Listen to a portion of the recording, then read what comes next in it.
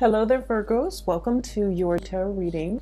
So, without further ado, I feel that the energy for this reading is really about, changes coming in at the very last minute. Okay, so I do sense some really major changes coming into the picture for you. And I feel like the message I'm getting is sooner than expected. But then at the same time, it's like very last minute, very unexpected.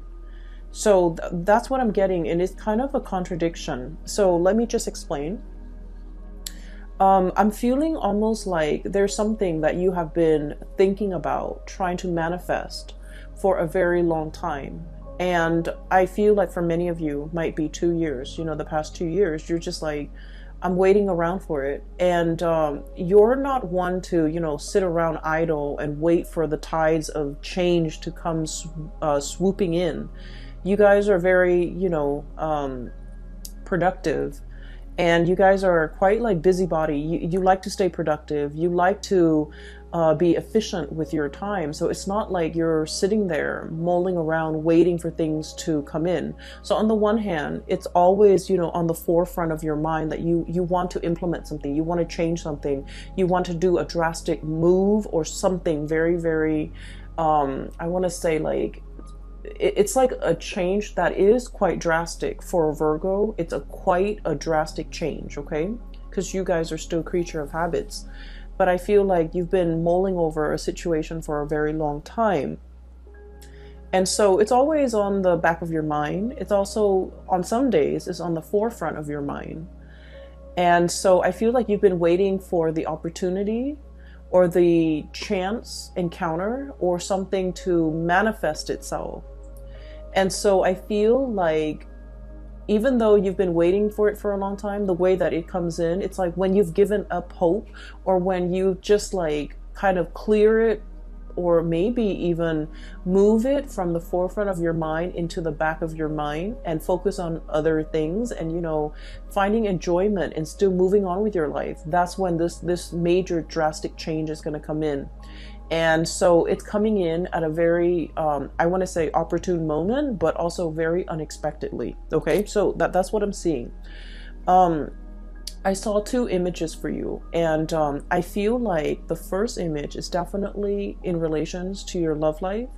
The second image is other things that are, that it might have to do with this change. So let me just relay the first information first, and then we'll talk about the 4 cards, because it seems like the reading is split this way.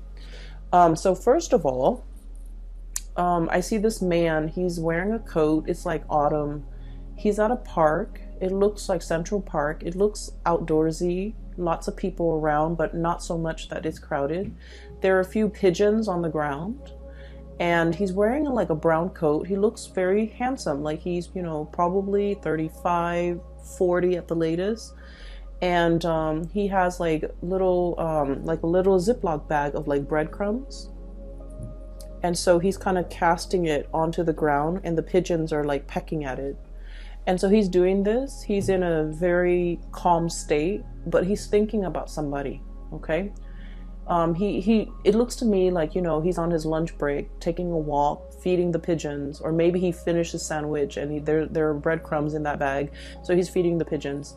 But either way, he looks like he's in an office type of a work environment, because he's dressed like, loafers and slacks and a shirt without a tie and a brown coat, like a brown trench coat. And so he's thinking about somebody else. He's thinking about somebody. And so the scene kind of splits in half, and there's another image. While he's feeding, there's another image of a woman. She's really pretty. She has blonde hair, and she has a mole, a very distinct mole on the bottom, I want to say right. Yeah, it would be the bottom right side of her chin. Like it's a small speckled mole, but it's very distinct for some reason. She has like red pinkish lipstick on. She's in the kitchen. She's wearing an apron. She has blonde hair. She's very young, like probably around the same age. She's cooking a pot of soup. So a really big pot of soup. and she's tasting it from a ladle, and she's adding a little bit more seasoning, salt, pepper, whatever it is. And then she turns off the stove, like it's ready, so she turns it off. And she's looking at the stove, then she looks at her living room, and she's alone, you know, in this house, in her space. And she's kind of thinking like, you know, this is such a big pot of soup. I wish that that other person were here to enjoy this food with me. So it seems like there is a situation where the two of you might have been broken up. I do see, you know, the split scene as in two people that miss each other, that long for each other's company, that's heavily thinking about one another. That's like the whole concept about sharing food, cooking for one another, you know, I guess connecting through food. It seems very nurturing. It seems like it might have been a relationship where there's a lot of community, there's a lot of caring, there's a lot of tenderness, there's a lot of like, you know, mutual affection, and you know, it's not like you wouldn't eat and cook for somebody you don't like, right? So I feel like in a way the relationship that the two people have had in the past might have been, you know, they might have shared space together, they might have lived together, they might have been married, they might have dated for a very long period of time where they're comfortable around each other and they care for each other. So whatever the situation is, there might have been a situation where two people have broken up and they're still longing to reconnect. Okay, so I feel like for majority of you that might be the situation, because he's on the park bench eating lunch possibly by himself and then feeding the birds. Like he wants somebody to share that experience with him. And then she's cooking this big pot of soup and she's alone in the house, and she's thinking like, I wish that person were here to share this soup with me. So it makes me feel a little bit sad, but at the same time, I just feel like both people are very content. You know, they're going through the motions, they're still able to take care of themselves. So even if it was like a breakup or a situation where one person is no longer in the other person's life, life goes on. Like two people are still resuming their life. They miss each other once in a while. They're nostalgic for the past, and they miss that sense of companionship, I feel. There's definitely a sense of like, yeah, companionship. But you know, life goes on. No one is heartbroken and devastated and unable to function. Both parties are still able to function. Give me just 1 second. I apologize. Sorry about that. I was making tea and the water boiled, so I had to turn it off. Going back to that image that I saw, I feel for many of you, the fact that these two people are, you know, in different places, like there might be like geographical distance, and the fact that they're heavily thinking about each other denotes to me like a really strong soul connection. Okay, and it's depicted here. I have the Two of Cups. This is the sense of companionship. Okay, the Cups energy deals with like emotions and also spiritual energy, where two people feel very, very connected. Okay, when they think about you, you know they're thinking about you, and it's sort of like, you know, feeds into this loop where you end up reverting to, you know, thinking about them, and vice versa. So it's a situation where two people are very, very deeply connected, really care about each other. There might be great compatibility as well. Really great compatibility between two people. So for you, especially if you're in a long distance relationship, I feel like there is an immense sense of longing, wanting to be together, wanting to connect, wanting to, you know, share the experience with another person. And then I also feel for others, there might have been a situation where it's like distance, like admiring somebody from a distance is what I'm seeing. I have here the Hermit, and the Hermit is a lonesome card. It doesn't mean loneliness. It seems to me like some type of remote viewing, some type of like distance associated with you and another person. And this combination, the Hermit and the Nine of Pentacles, admiring somebody from afar, admiring somebody's beauty, admiring the way that they look, and yet being so shy or so hesitant about letting them know how you feel about them. Okay, so if you're geographically distant from the person that is, you know, really occupying a lot of your thoughts, and you're thinking heavily about them, I feel like they are definitely also thinking about you. And then I also feel, you know, with Virgos are deeply shy by nature. And so I do sense that some of you might have somebody that you're really admiring from afar. You know, you're like wanting to touch them, wanting to talk to them, wanting to communicate, wanting to really tell them how you feel. But in a way, your feelings for this person scares you. You like to be in control of your emotions. You're also very rational. And I've mentioned this before, but Virgoing people don't fall in love. Like, love at first sight is not a thing for you guys. You can date somebody for a very long time, but if you haven't, you know, made up in your mind that you're in love with this person, you might never fall in love with the person. So I feel like, you know, you're very sensible and just like even keel and level-headed when it comes to relationships, when it comes to love, when it comes to emotional expression. And so I feel like you're feeling this wave of emotions overcoming you, and you kind of, you know, shrug it off or cast it aside. You're like, that's not rational. I barely know this person. It's not rational, you know, to like be head over heels and fall in love with someone when I barely know them. So I feel like you have someone that you're really admiring. You really like this person. They're very independent. I'm getting a feeling of like somebody who might be, let me see, like somebody who's quite exotic, who you know, there's something unique about them. So the woman with the mole on her face, it's coming out, it's near her chin. So like, I feel like you're dealing with someone who's not stereotypically, like, it's not somebody that everyone would consider like classically beautiful or classically handsome, but for whatever reason, there's something about them. They have charisma, they have stage presence, they have magnetism. There's something that makes them very unique, and other people cannot help but stare at them twice. You know how there are some people, they're not classically handsome or beautiful by any stretch of the imagination, but there's something about them that's very alluring. And I feel like it has a lot to do with their confidence, the way they carry themselves, the way they carry themselves. Okay, this is a Nine of Pentacles, very independent, self-sufficient, bold.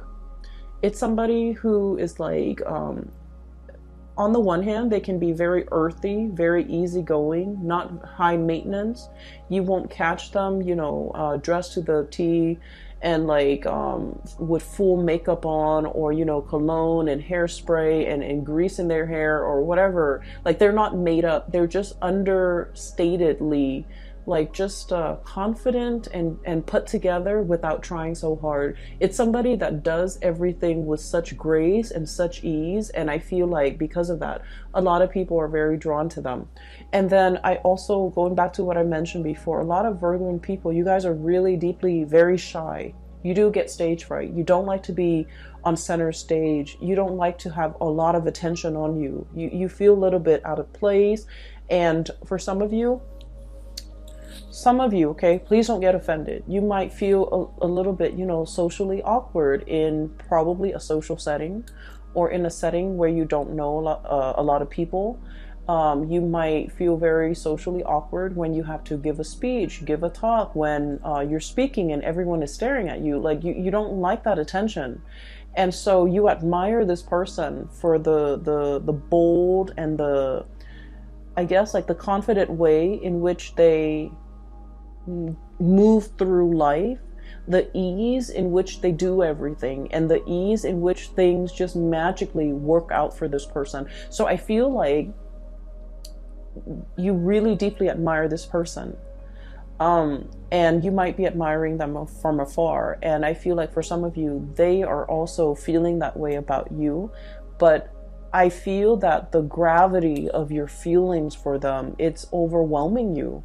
You know, like you're kind of dumbfounded about, like, I don't believe in first love at first sight. You know, why do I feel so strongly about this person when I barely know them? There's a little bit of intrigue and mystery here. And it's like you might not know a lot about them. They might not know a lot about you. You might see each other casually in passing, and you might feel like, wow, that would be a really good person for me to date or for me to have as a girlfriend or a boyfriend.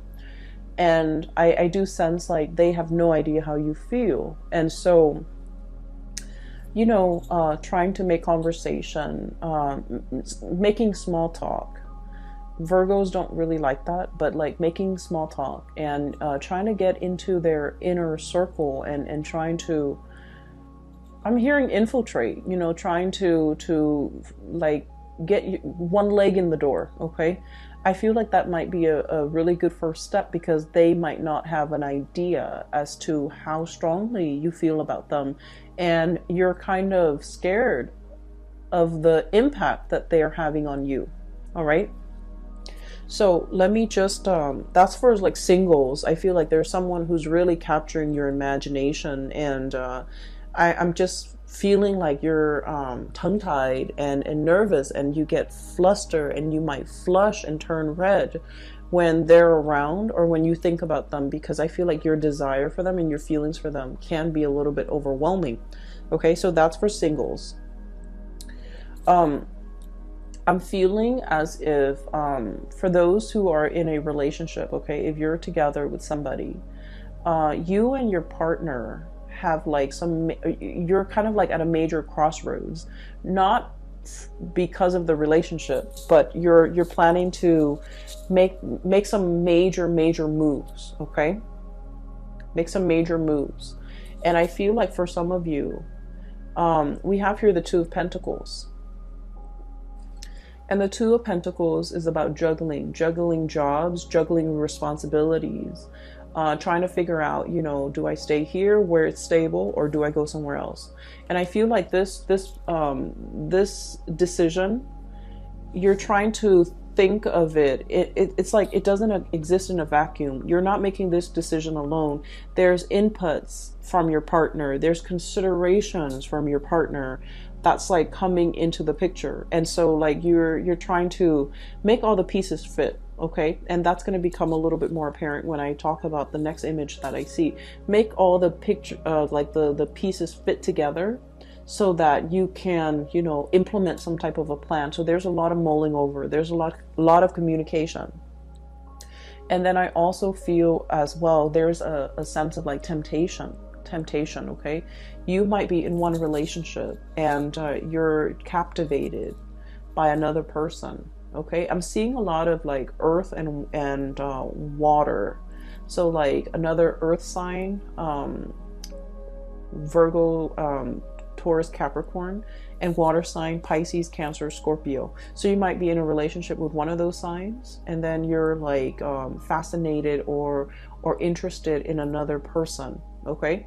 And so you're trying to, you know, figure out what course of action to take, what you should do. Do I stay in this relationship or do I jump into another relationship? So I feel like there's a lot of relationship energy, really just occupying a lot of your mind space, okay? And you know, you're very good at compartmentalizing. You know, when you're at work, you put on your work hat, and then everything else that's not work related kind of falls away. And then when the work day is over, you take off that hat and then you go home, and that's when you think about all the other areas of your life. So you're very able to compartmentalize. But I do feel there's relationships, thoughts of relationship, decisions about relationships and things like that might be occupying the majority of your time for this month. So that's what I'm seeing here.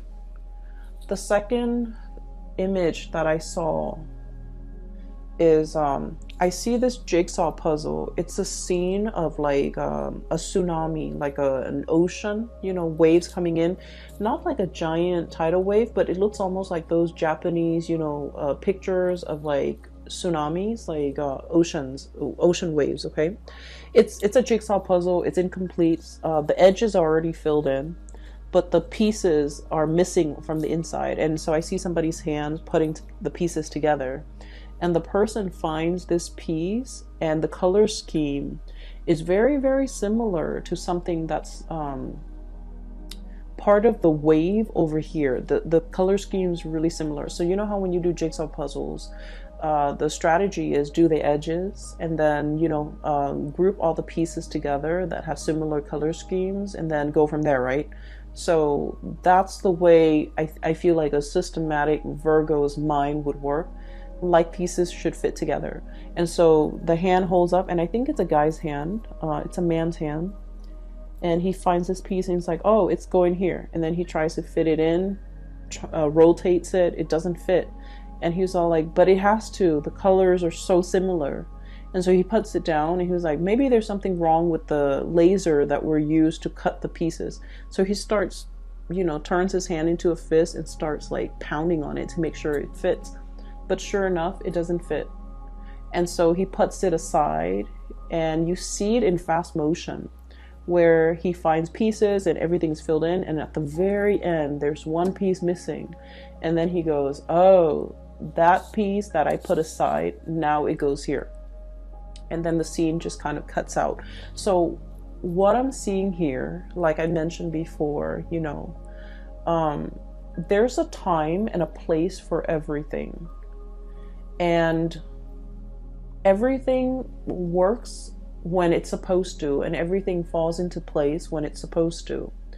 If we, you know, try to change that logic and try to fit something where it doesn't belong, and we try to stomp it and pound it in, it's still going to resist. Okay, so I definitely feel like there was something that you thought was really right, like in your hearts of hearts, in your mind, no matter how much you mull it over, you're just like, it's perfect, it has to work, it has to work.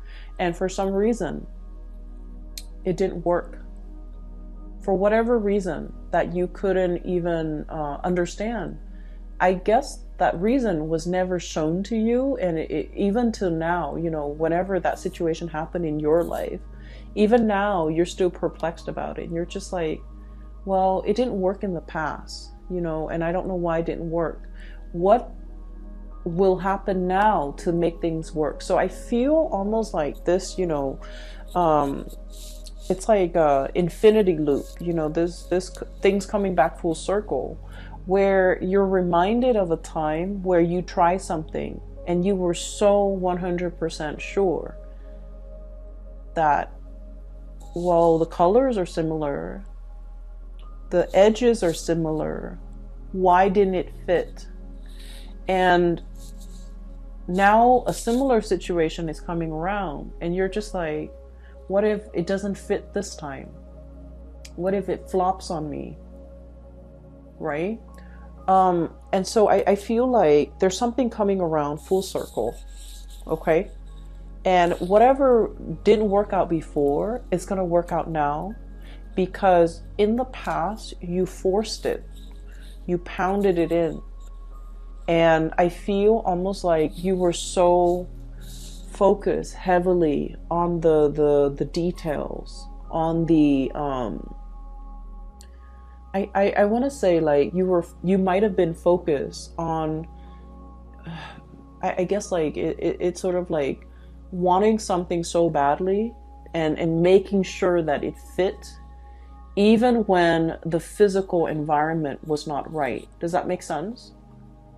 And I mean, it got to the point where the man with the jigsaw puzzle, he was like using his fist to kind of like hammer it in, but it didn't fit. And so they're telling you, whatever that situation was, that made you feel like you doubted your intuition, you doubted your judgment because you were so sure. Whatever it was, it's coming back around. And now you're in a much better space where you're not trying to make things fit. where you're not trying to force things, where you are operating from a place of wisdom and allowing. And that's when the situation is like, it's right, okay? So there's a time and a place for everything. We have to be able to see the big picture in order to understand how the parts all fit together. Does that make sense? And the reason I say that is you have some two cards here that are back to back. Five of Swords. And then the Six of Swords. I'm sorry. Five of Wands, excuse me. And then the Six of Wands, okay? So, oh, I'm sorry. This is the Five of Swords. So, the Five of Swords is a situation where we're kind of like arguing, bickering, and the sword energy denotes communication, thought processes, mental processes that might have been faulty, where no one is really getting a word in. Everyone is bickering. Everyone is trying to, you know, be right, trying to prove that they're right. And with the five energies, five indicates some major turning point, some major change, okay? And then we have here the Six of Wands, which is a victory. There's a situation here in the past. It was punctuated with a lot of conflict, with a lot of faulty reasoning, with a lot of just like, you know, I believe this, even though I haven't really done the research, I still believe this.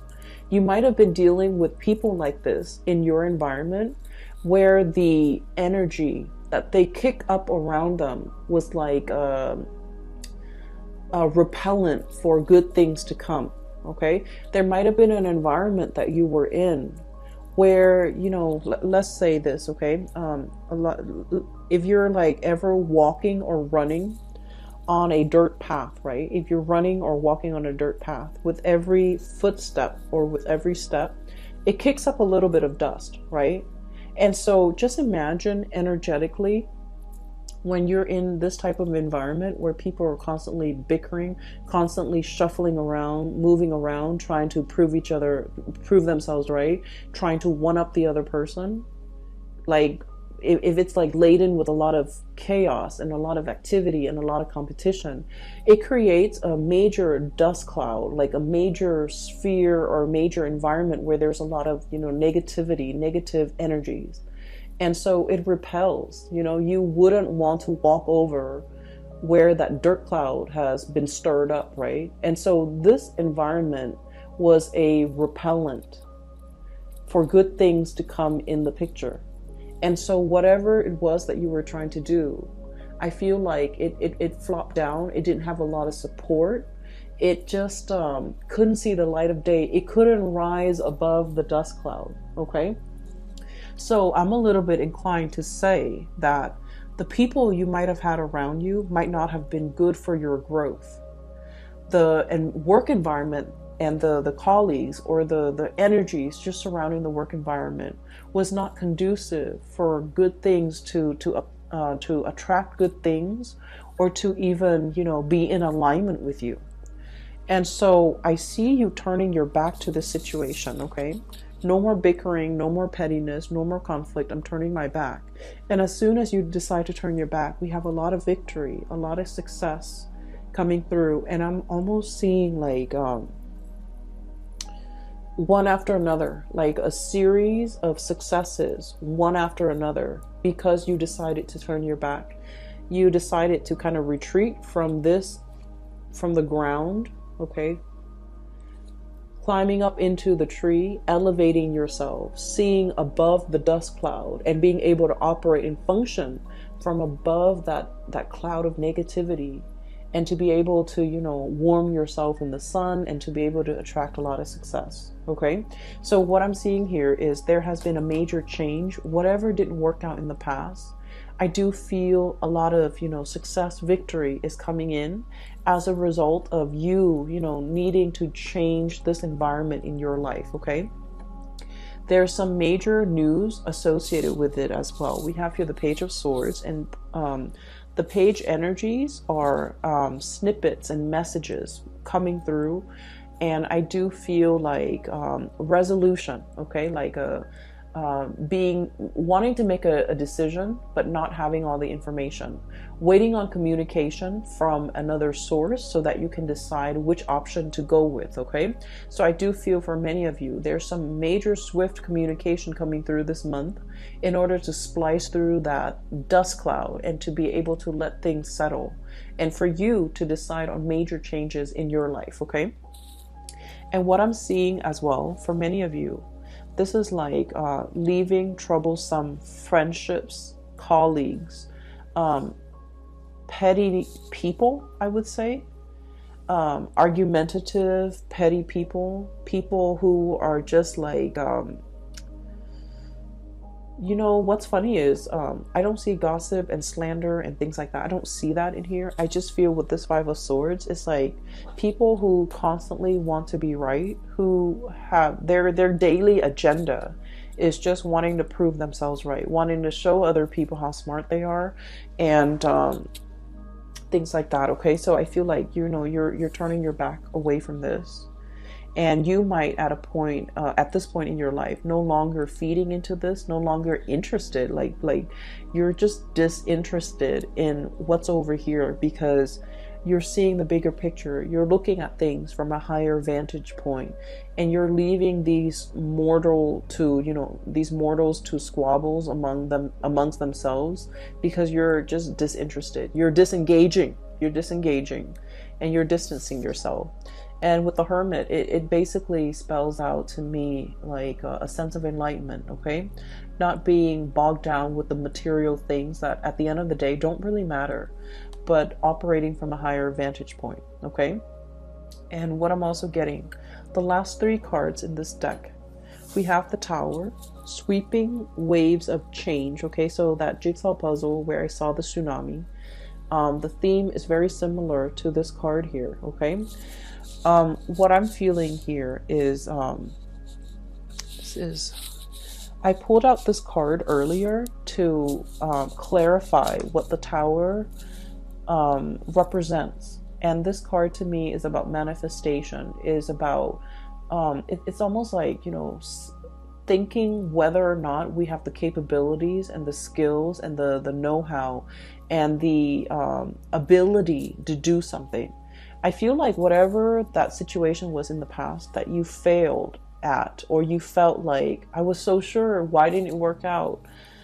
It made you doubt yourself. I feel like it humbled you, but in a way, you know, it made you feel like you doubted yourself. It made you feel like you couldn't manifest. It made you doubt your capabilities. And so what's coming through in the process here is you have a lot of skills and a lot of talent. And I feel like this environment here did not give you an opportunity to shine. It did not honor your growth potential. It was not conducive for growth. It was not conducive for you to utilize your full talent, to display all your skills, all your assets, it just like, it stifles your growth almost, okay? And so there is a huge sweeping change coming into the picture. So this is a mermaid here, Five of Cups, okay? Wondering about something that, like a missed opportunity, okay? Longing for something that's no longer in the picture. But I see this as like a scorched earth, okay? This is a mermaid. And the classical like depiction of a mermaid is it has a body of a fish and a head of a woman, right? This is the opposite. This is a situation where this animal has to adapt to its environment, you know? It's not happy. It still like has a head of a fish. It wants to be in the sea. And yet the body had no choice but to adapt, to grow legs so that it could walk on land, because this environment is very parched. There's no emotional fulfillment. There's no spiritual fulfillment. It's just very parched. And so it's waiting for the rains to come and wash it away and to carry it to sea. And that's what I feel is coming here with the Tower. Sweeping changes, this big tsunami coming in and carrying you back into the sea where you can, you know, resume your form as a mermaid. Okay, like the traditional standard mermaid form. face of a woman, body of a fish. And she is now in an environment where there's water, where there's life, where there's emotional fulfillment. And so there's something major here that will be coming through in the month of December. And I do feel like it's going to bring you to an environment where you belong, because wherever you are right here is not meant for you. It's there's no growth potential. There's a lot of dryness, and I'm seeing like, you know, just like it's an environment that's very dry. So for many of you, you might be changing jobs. You might be moving from a really dry, arid environment like the desert to a place that's in the tropics, that's by the sea, that's a lot more, I want to say like, it's just a lot more conducive for growth, okay?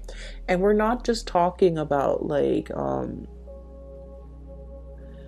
place that's green and lush and things like that. We're talking about emotional, spiritual growth. We're talking as well career growth. We're talking as well, you know, being in a new environment where you're able to develop to your full potential, where people appreciate all that you have to offer and they don't take you for granted, pretty much, okay?